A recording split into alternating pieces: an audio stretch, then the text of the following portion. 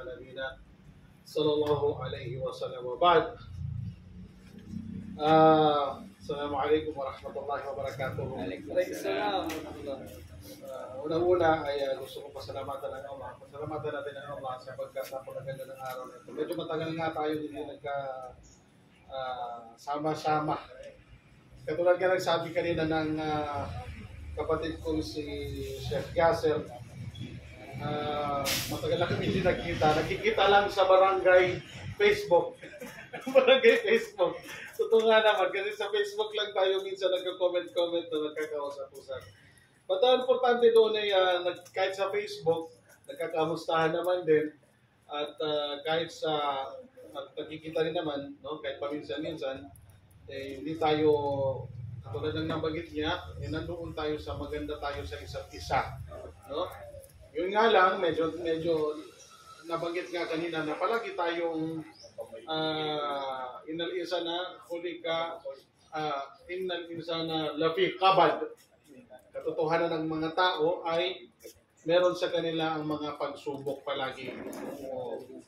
Lakad ang khalaq ng insana fi qabad. Okay? So yun ang binanggit kanina ni Kakaustad, na ang mga tao ay katotohanan na meron talaga silang mga pagsubok. Ito ba? Palagi silang may pagsubok. No? Kasama itong nangyayari sa atin kanina kasi papunta ako dito, ay pumunta muna ako doon sa City Hall para mag-live tayo doon sa situation ng Bangsamoro, UBJP, at napakarami talagang tao.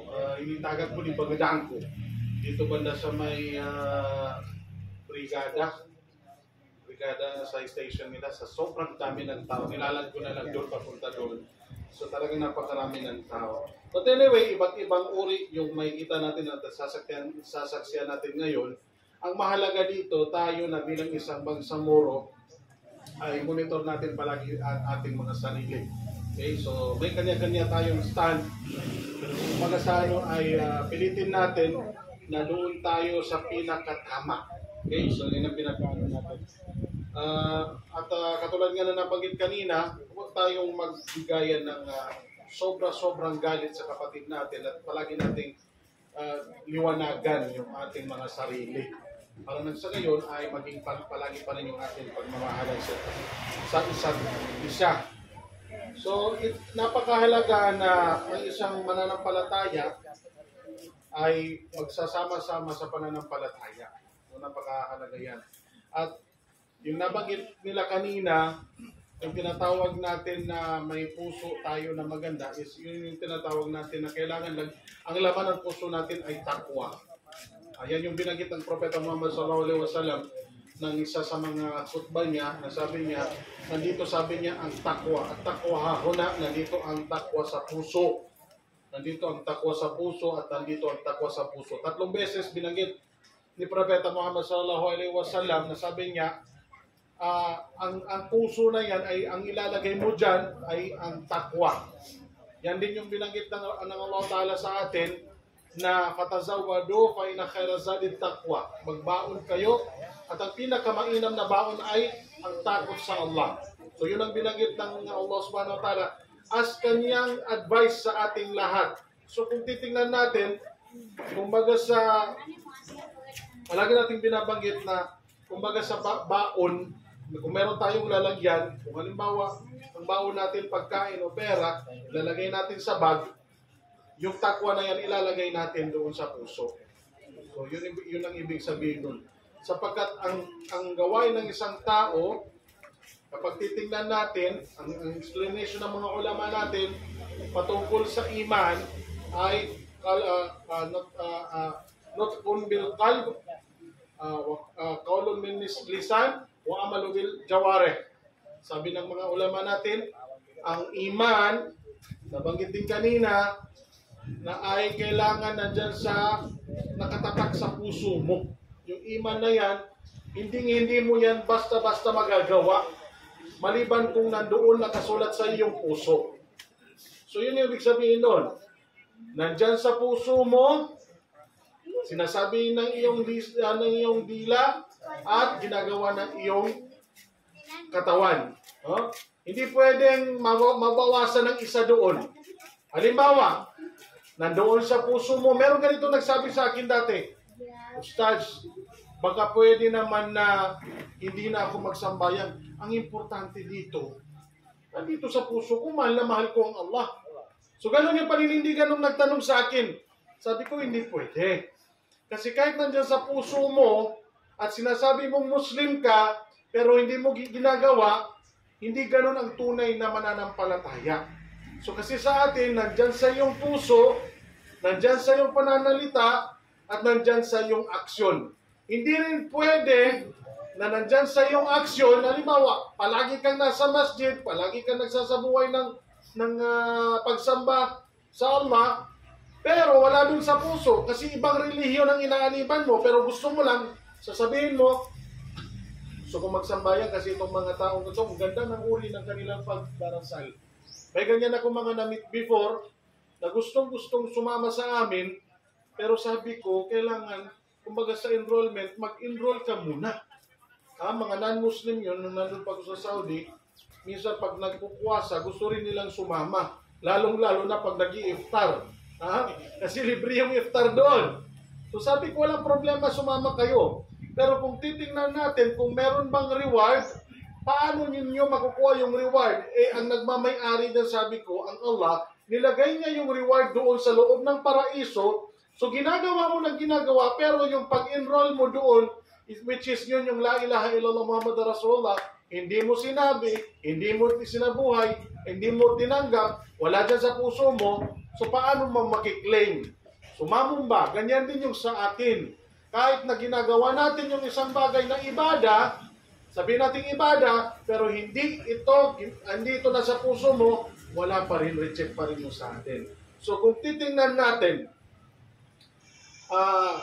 maswerte tayo na nanonood, maswerte tayo na nandito ngayon sa venue, maswerte tayo lalong-lalo na yung mga tumutulong sa ganitong klaseng gawain, sapagkat kung titingnan natin sa dinami-rami ng tao sa buong mundo, kukunti lang yung gumagawa ng ganito. Nabanggit kanina, umaalis yung mga tao ngayon doon sa Palestine kasi natatakot sila, binubumba ngayon, nagbubumbaan na sila sa kanilang mga lugar. So, umalis sila doon sa lugar nila. So, majority doon walang iniisip kundi ang kanilang sarili lamang dito sa mundo. Okay? So, palagi natin ilagay sa ating isipan na tayo na nandito sa mundong ibabaw ay anytime ay maaaring kunin ng Allah subhanahu wa ta'ala. Palagi natin yung isipin. Kasi ang isang tao, yan yung binanggit ng Rasul sallallahu alaihi wasallam, akthiro ad-dikra hatimul ladhat. Isipin nyo palagi, sabi ng Propeta Muhammad sallallahu alaihi wasallam, paramihin ninyo yung pag-iisip ninyo, i-remind ninyo palagi yung inyong sarili sa mga bagay na mamamatay niya o nakakawala o nakakapatay ng pagkagusto dito sa mundo. Yung pagnanasa mo dito sa mundo. Palagi mong isipin yan. Ano yon? Sabi ng Rasul sallallahu alaihi wasallam, ang kamatayan. Ang kamatayan. Tapos tanggapin mo. Ito na yung mga plano. Okay? So palagi natin isipin yan. Kasi pag meron tayong ginawang isang bagay na minsan ay iniisip mong napakaganda ng gusto mong gawin, pero pag naisip mo na meron palang kamatayan, may end. Yun yung binanggit kanina. Ng kapatid natin si Ustaz Yasser. Merong putol. Ay, gaano ka pa magparami ng kagustuhan mo dito sa mundo, pero at the end of the day, talagang mapuputol yan. Kasi yung buhay mo mismo ay mapuputol. Pero pag namatay na ang isang tao, hindi na po mapuputol yung kanyang buhay. Kasi doon na yan, doon na. Ilang beses na nabanggit, papunta na yan doon sa kabilang buhay. Kumbaga sa gate, pumasok ka na, pag namatay ng isang tao, pumasok na siya doon sa gate ng kanyang Yaumul Qiyamah. Gate na maaaring nandoon ba siya sa paraiso o nandoon siya sa impyerno.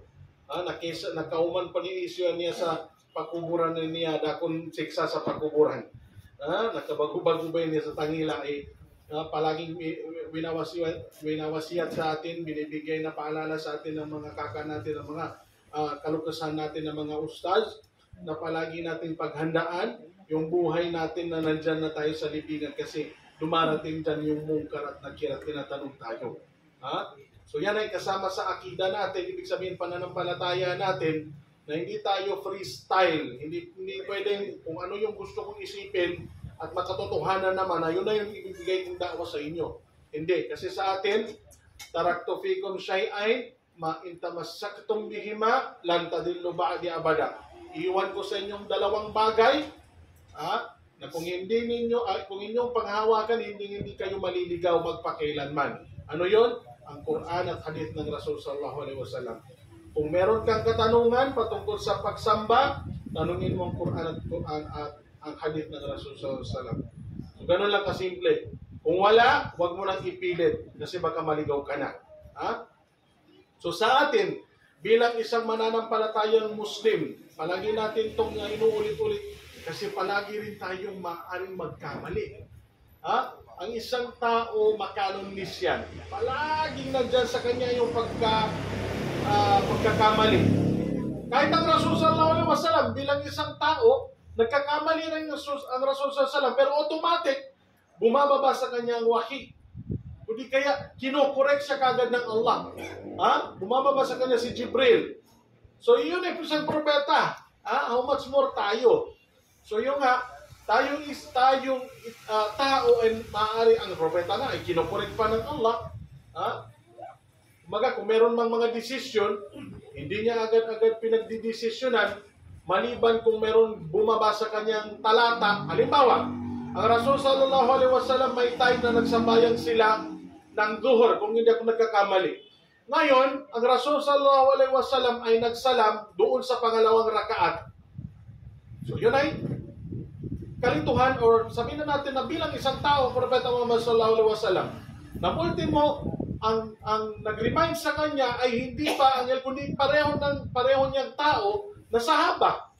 Sabi ng mga sahaba, Ya Rasulullah, nung pagkatapos na nila, tinanong nila ang Rasul sallallahu alaihi wasallam, Ya Rasulullah, ginawa mo bang kasar yung sambayan natin? Ibig sabihin, ginawa mo bang dalawa yung sambayan natin na duhur? Sabi ng Rasul sallallahu alaihi wasallam, hindi. Ito ay apat pa rin. At hindi tayo pwedeng magdalawa kasi hindi tayo nagta-travel. So sabi ng mga sahaba, Ya Rasulullah, sa pagkakalala namin, dalawa lang po yung itinayo natin. So isa ito ang ginawa niya, tumayo sila, sabi niya, tumayo tayong ulit at i-continue natin yung dalawa. Isa ito sa hikmah dito is tinuturuan tayo ng Allah subhanahu wa ta'ala sa usapin ng fiqh na kapag meron tayong kakulangan sa sambayang, ituloy mo lang. Nakabibitiyahan sila na do timambo. Hindi nila inulit yung apat, kundi itinuloy lang nila yung dalawa para kakumpletuhan ng kanilang sambayang na duhur. Ito ay palatandaan na ang Propeta Muhammad sallallahu alaihi wasallam ay maaaring datnan ng kalituhan, ng pagkalimot, ng kamalingan, pero ikinokorek. How much more tayo? Tao lang. Kung meron tayong nararamdaman na tayo ay namali at gusto tayong korek ng kasama natin, huwag po tayong magtampo doon sa kasama natin. Kung kinokorek niya tayo, kung kinokorek tayo ng ibang tao, huwag po nating isipin na tayo ay iniinsulto, kundi tingnan natin din ang ating sarili. Baka totoo yung binabanggit sa atin na kamalian natin. At ang pinakamang-inam na tao, sabi ng Rasul sallallahu alaihi wasallam, Kullu ibnu Adam khata', lahat ng tao nagkakamali, wa khairu khata'in at-tawwabun, at ang pinakamainam sa mga nagkakamali ay ang magtauba. Ibig sabihin ay magbalik loob sa Allah subhanahu wa ta'ala. So ibig sabihin tayo bilang isang nilalang, bilang isang tao, ay kailangan natin from time to time ay i-remind natin ang ating mga sarili ng alinsunod sa Quran at alinsunod sa hadis ng Rasul sallallahu alaihi wasallam. Sa pagkakasabi nga kanina na binanggit ko rin, iniwan ko sa inyo ang dalawa, sabi ng Rasul sallallahu alaihi wasallam, at hindi kayo maliligaw, maliban na lang na kung inyo itong panghawakan. So, sabihin, panghawakan natin ito. Doon tayo mag-stick dito sa Quran at hadith ng Rasul sallallahu alaihi wasallam. Hindi mo na kailangan pang maging alim. Sabihin na natin, katulad ng si Ito, naiilang akong tawagin na Bapa si Aaron Pilmin kasi ever since na pagkakalala ko doon pa kami sa Burhan, ganyan na siya. Ganyan pa rin hanggang ngayon. Alhamdulillah. At kanina, kasama ko rin yung kanyang anak na si Muhammad Said. Kanina, palagi kami magkasama. Para kami magkakapatid ng anak niya. No? Maraming mga anak niya. Badi ko rin sa tatay mo. Bali niya rin ang tatay ko, yes. Naalala ko, meron pa sila mga program dati sa radio station. Naalala ko yan dati pa, na magkasama sila palagi ng tatay ko. Lalo na sa usapin ng dawa, sa pagtulong sa ating MILF, no? Na sa mga radio programs nila, no? So, sabi natin ay palagi natin sikapin na dito tayo palagi sa Islam. Bago tayo abutan ng kamatayan, yan yung binanggit ng Allah Ta'ala, wala tamutunna illa wa antum muslimun. Wag ninyong hahayaan na kayo ay abutan ng kamatayan, maliban na lang na kayo ay mga Muslim. Ako sa pagkakaalala ko, pagka-graduate ko ng Baguio, naabutan ko si Brother Jacobo, pati si Ustaz Nurul Am, doon sa Kanto Sharif, na nagdadakwa. Hanggang ngayon, nandyan pa rin sila. Hindi nagbago, bro. Kaya sabi ko, bakit parang magti-20 years na yun? Ngayong 2027. Ay, 20, yes. So, 2027. To 20 years na kasi 2007 yun. Naalala ko nung graduate ako. So, ganyan pa rin. Yung kanilang dawa, yung eagerness nila, yung suporta nila, ganun pa rin. Tayo, kung nahuhuli naman tayo, kailangan natin magsimula ngayon na. Ngayon na. So, ganito na lamang yung akin kasi paparating na yung attack and destroy. Huwag ninyo pong pasamain yung attack and destroy na tinatawag namin dito, ha. Yung sabihin ko, parating na yung pagkain. Na-attack na. Okay, ano to? Okay, so ako na lang daw mag-closing dito sa ating program. So maraming salamat sa ating sponsor kay Papa Nagib